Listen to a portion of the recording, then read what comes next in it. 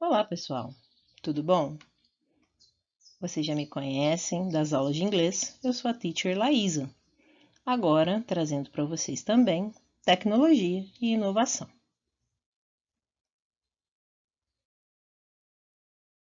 Na nossa aula inaugural, a pergunta é: o que é tecnologia? Você sabe o que é tecnologia? De acordo com o dicionário, tecnologia é a teoria geral ou estudo sistemático sobre técnicas, processos, métodos, meios e instrumentos de um ou mais ofícios ou domínios da atividade humana. Por exemplo, indústria, ciência, etc.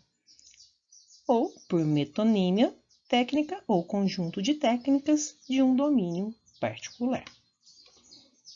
A etimologia, ou seja, a origem da palavra, é do grego técnica, que significa técnica, arte ou ofício, e juntamente com o sufixo logia, que significa estudo. Ou seja, é o estudo de uma técnica. Tecnologia, gente, na verdade, sempre existiu. Nós associamos ao computador, né, as coisas que a gente tem hoje, celular, smartphones, internet. Mas na verdade, gente, eu quero mostrar para vocês que a tecnologia começou bem antes disso. Nas tecnologias primitivas ou clássicas, olha que legal. A primeira, gente, a descoberta do fogo. Imaginem que felicidade a pessoa poder fazer ali o fogo, se aquecer. Eles não tinham muitas opções na época, então o fogo afugentava, né, os animais predadores, podia cozinhar os alimentos e ainda aquecer no inverno.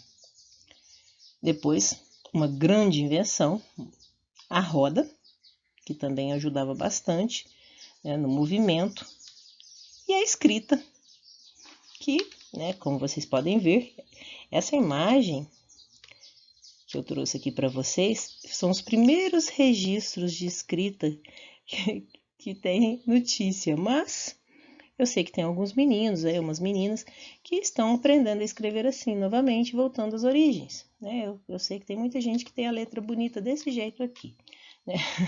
Voltando aos hieróglifos. Dentro das tecnologias medievais, nós temos a prensa móvel, que foi a prensa de Gutenberg, uma grande revolução na imprensa. Imaginem que antes tudo era escrito à mão, né, a pena, tudo muito, muito difícil, página por página. Quando a prensa foi inventada, dava trabalho colocar as letrinhas ali, mas depois podia fazer várias e várias cópias, onde a literatura, a comunicação, tudo foi, de alguma maneira, crescendo e expandindo até chegar ao que nós temos hoje. Nas tecnologias militares, a criação de armas, que é sempre bastante interessante, né, você pesquisar sobre a tecnologia bélica e como muitos avanços acontecem através disso. E também, dentro das grandes tecnologias, as grandes navegações. Permitiram a expansão marítima e também era muito importante para o crescimento econômico daquela época. Quando nós chegamos no século XVIII, com a primeira Revolução Industrial, uma das invenções tecnológicas que mais provocaram as profundas transformações no processo produtivo foi a máquina a vapor, o motor a vapor. E os princípios básicos não foram criados no século XVIII.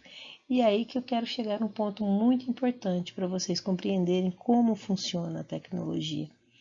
Não é criada do nada uma pessoa só. É sempre um conjunto, uma evolução dos conhecimentos e das descobertas. A máquina a vapor é um exemplo excelente. No século I a.C., já havia um engenheiro e matemático grego-egípcio, que se chamava Hierão de Alexandria, que já usava o vapor como força motriz. A sua invenção era a eolípila. Já Dennis Papin e Thomas Savery, no final do século XVII, eles desenvolveram motores a vapor de uso prático e de interesse industrial. Porém, a verdadeira revolução foi a criação de Thomas Newcomen em 1712. Na evolução de tudo isso, o grande avanço foi com James Watt, em 1769, quando ele criou realmente uma máquina com um condensador, que minimizava as perdas de calor e que possuía outras finalidades, como propulsão de moinhos e tornos com movimento de rotação, substituindo o sobe e desce. Ou seja, com esse movimento da roda que ele criou aqui, você põe uma polia e aí você pode fazer inúmeros usos de uma mesma máquina, tudo à base de vapor.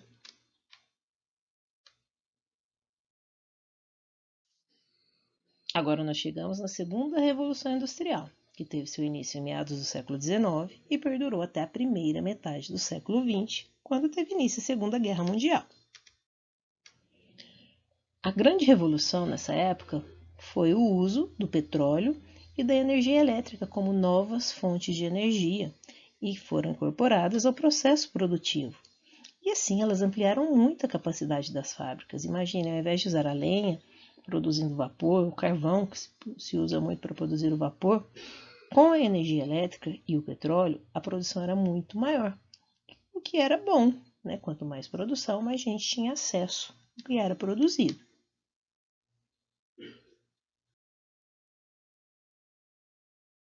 Para vocês terem uma ideia, olha que legal, quantas invenções se destacam, são várias, as principais na segunda Revolução Industrial.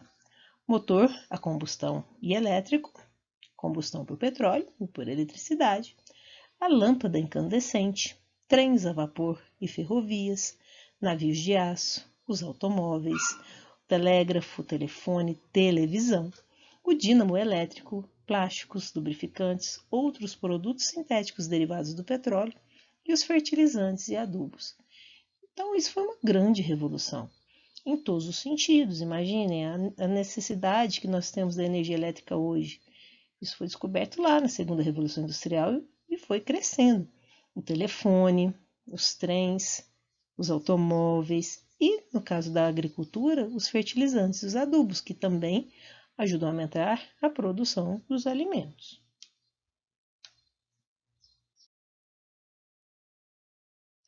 Como eu havia dito a vocês, não existe um criador de alguma coisa. Existe uma ideia que vai sendo elaborada, evoluída e aprimorada ao longo do tempo por diversas pessoas. É sempre um trabalho coletivo. E não, como não foi diferente também no caso do computador. Apesar de Alan Turing ser reconhecido como o pai do computador, a verdade é que ele foi um trabalho coletivo e não foi apenas um único inventor, mas a sequência de contribuições em diferentes gerações. O primeiro mesmo que inventou um computador programável no mundo foi Charles Babbage, em 1822. Ele desenvolveu um projeto de um dispositivo eletrônico, mas nem chegou a ser propriamente concluído. Mas ele tinha todo o projeto programado e desenhado. Ele chamou seu invento de Difference Engine, ou máquina da diferença, mecanismo de diferença. E aí, a Ada August King foi uma pioneira, tá vendo? Naquela época, o pessoal fala das mulheres, mas foi ela, uma matemática, escritora, viu? No ano de 1822. Encantada com o invento de Charles, ela fez os primeiros programas para a invenção dele. E ela é considerada a primeira programadora da história por ter escrito um algoritmo compatível. Então, no século XIX já existiam algoritmos, computadores, mas eles estavam apenas no começo.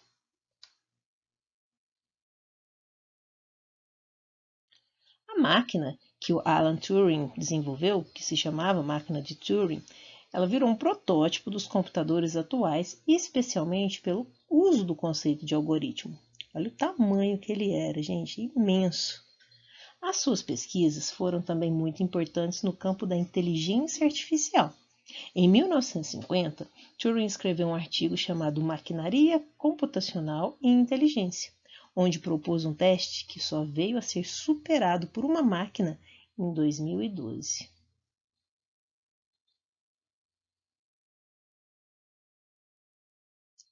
E aqui nós temos o ENIAC, Ele foi desenvolvido a pedido do Exército dos Estados Unidos para o Laboratório de Pesquisa Balística. Olha aí, gente, as guerras, né, a tecnologia bélica trazendo também algumas coisas boas para a gente.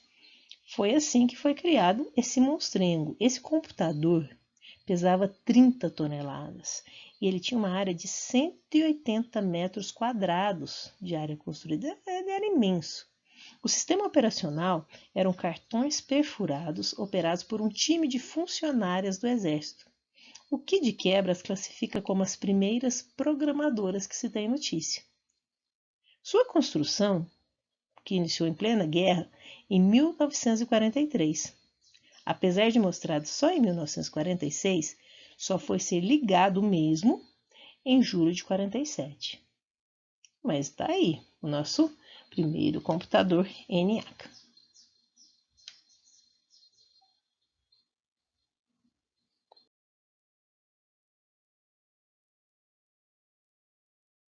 Aqui para vocês acompanharem a evolução, que legal. Aqui nós temos o ENIAC, imenso, pesadão.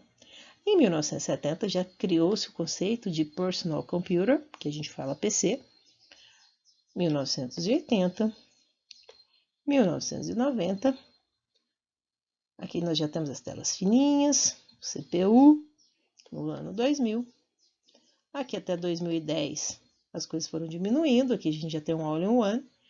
Poderia ter colocado também um laptop, né, um notebook, como vocês conhecem, que também ficou muito comum a partir do ano 2010. E agora, gente, a partir de 2015, até agora nos dias atuais, o que é mais comum mesmo é o smartphone. É a gente carregar o nosso computador na palma da mão. Aqui, gente, já é a linha do tempo da internet. Em 1957, a Rússia lança o satélite Sputnik. Em resposta, os Estados Unidos criam o Advanced Research Projects Agency, ARPA. E foi assim que tudo começou. Em 1961, com o desenvolvimento da transmissão de dados por pacote. Em 62, J.C.R. Linkletter cria o conceito de chamada rede galáctica. Já tinha uma ideia de algum tipo de rede. Lá em 1969 nasce a ARPANET, que foi, vamos dizer assim, a precursora da internet. Em 69 também foi estabelecida com sucesso ligação entre os modems de dois computadores distantes. Isso tudo nos Estados Unidos. Em 71, a Xerox lança um protótipo de computador pessoal. Em 1972, já surgiu o The Creeper, que foi o primeiro vírus para computador. Em 72 também, Ray Tomlinson cria a primeira aplicação de envio de e-mail. Em 73 é feita a primeira conexão continental entre os Estados Unidos e a Noruega. Em 1977, houve a criação do Protocolo de Transmissão, TCP/IP. IP é aquele número, né, que cada computador tem.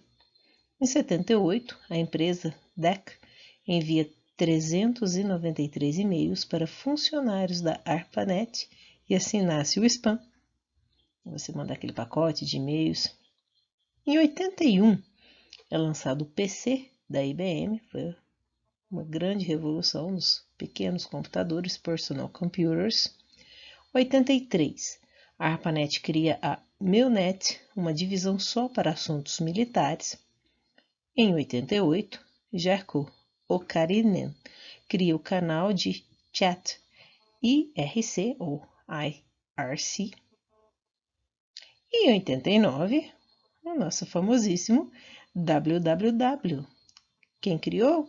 Tim Berners-Lee. E ele propôs esse sistema de World Wide Web, que é o que comanda hoje o mundo todo. E aí continua, né, gente? Como eu sempre digo, é uma evolução. Tudo continua evoluindo. Em 90, Portugal adere à internet. Em 1991, é aberto o uso da rede a entidades comerciais. Em 1994, surge o Mosaic, que é o primeiro navegador gráfico. Em 1998, foi o lançamento do Google e do Napster. Em 2004, Mark Zuckerberg e seus colegas de quarto lançam o Facebook. E em 2005, Chad Hurley, Steve Chen e Joel Karen fundam o YouTube. E aí, tudo que aconteceu depois vocês já sabem. E assim, desde a descoberta do fogo até o momento, nós chegamos à tecnologia moderna, passando por vários momentos na história. No século XX, alguns campos da tecnologia começaram a se destacar mais que outros, como o da tecnologia da informação. E isso aconteceu ao mesmo tempo em que alguns estudiosos, bem como a própria evolução dos idiomas, começaram a tratar a tecnologia de forma um pouco diferente. Ou seja, tudo foi evoluindo e o campo da tecnologia que nós temos mais conhecimento hoje é o da informação. E como tudo evolui, os idiomas também evoluem, a comunicação também vai evoluindo. Tudo é como se fosse um organismo vivo, nada fica parado.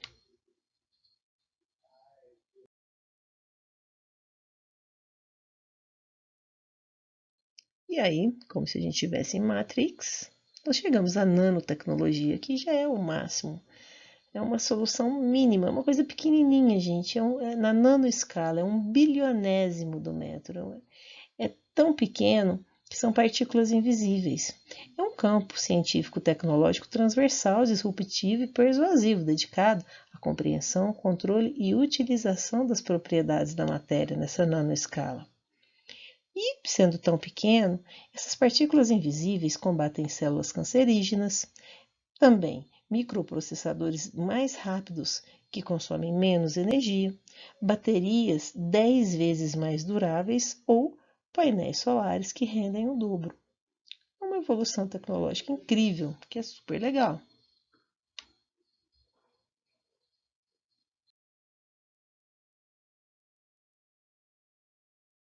Como tudo foi evoluindo e foi mudando, por meio das intervenções tecnológicas, a troca de informação entre nós também acabou por alterar as dinâmicas pessoais e profissionais. Assim, o contato entre as pessoas fica mais viável, já que pessoas podem realizar tarefas em conjunto, independente da distância. Um médico pode realizar uma cirurgia, por exemplo, a quilômetros de distância, tudo por computação e realidade virtual, de modo que o instantâneo seria o melhor termo para aplicar a esse novo modo de se relacionar. Nessa imagem, que é uma charge, você tem aqui a primeira palavra, a evolução para a tipografia, a publicação em massa, que já é um livro. Depois, com a internet veio o e-mail e, como é uma charge, não podia deixar de ser um pouco irônico, no Twitter, 140 caracteres, o que mais há a dizer? O que existe hoje, gente, é essa contradição. Muita informação e, na verdade, as pessoas hoje estão conversando menos. É bastante paradoxo isso.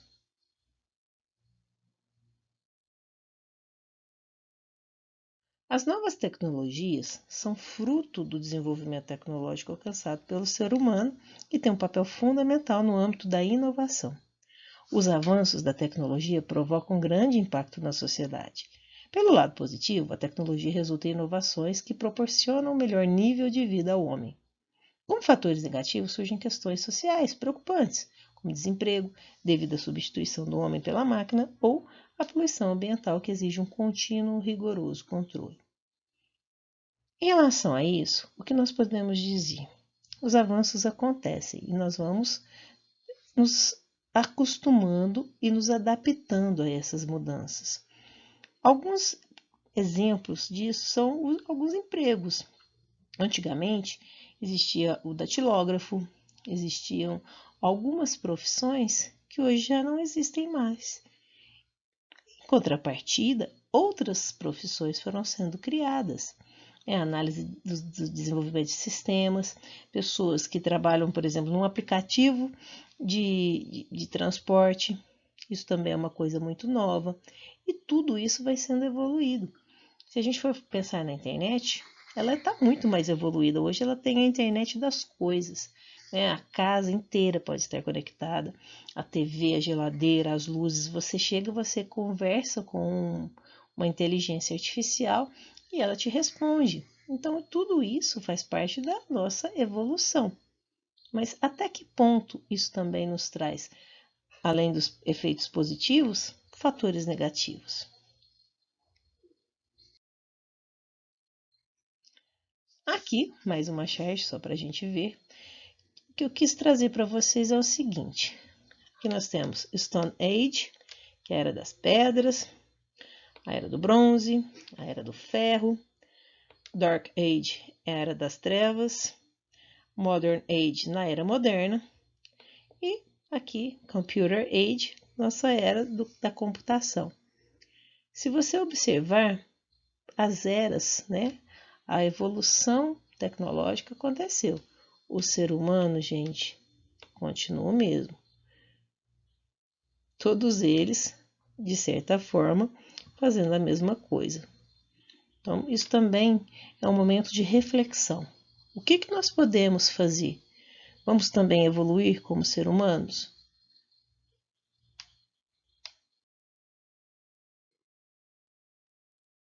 Nessa disciplina, nesse novo ensino médio, em tudo que nós fizermos esse ano, será uma maneira de nós trazermos uma reflexão.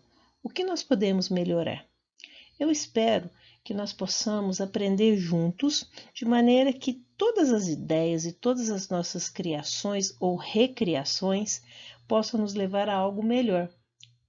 Sim, a evolução da tecnologia, pegar uma ideia que já existe e assim nós melhorarmos.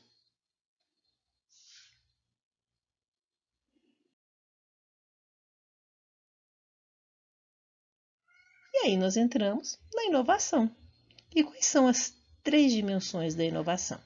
Primeiro, ideias originais, é claro, né? Que adianta você ter uma ideia que o outro já teve, isso não é nada original. 2, materializar a ideia, ou seja, colocar em prática. Não adianta você só pensar alguma coisa, ela nunca vai acontecer se você não fizer.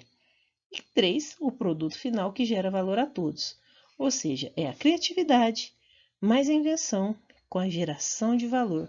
Tudo isso é inovação. O valor é sempre algo de bom para todos, pode ser qualquer coisa. E aí que entra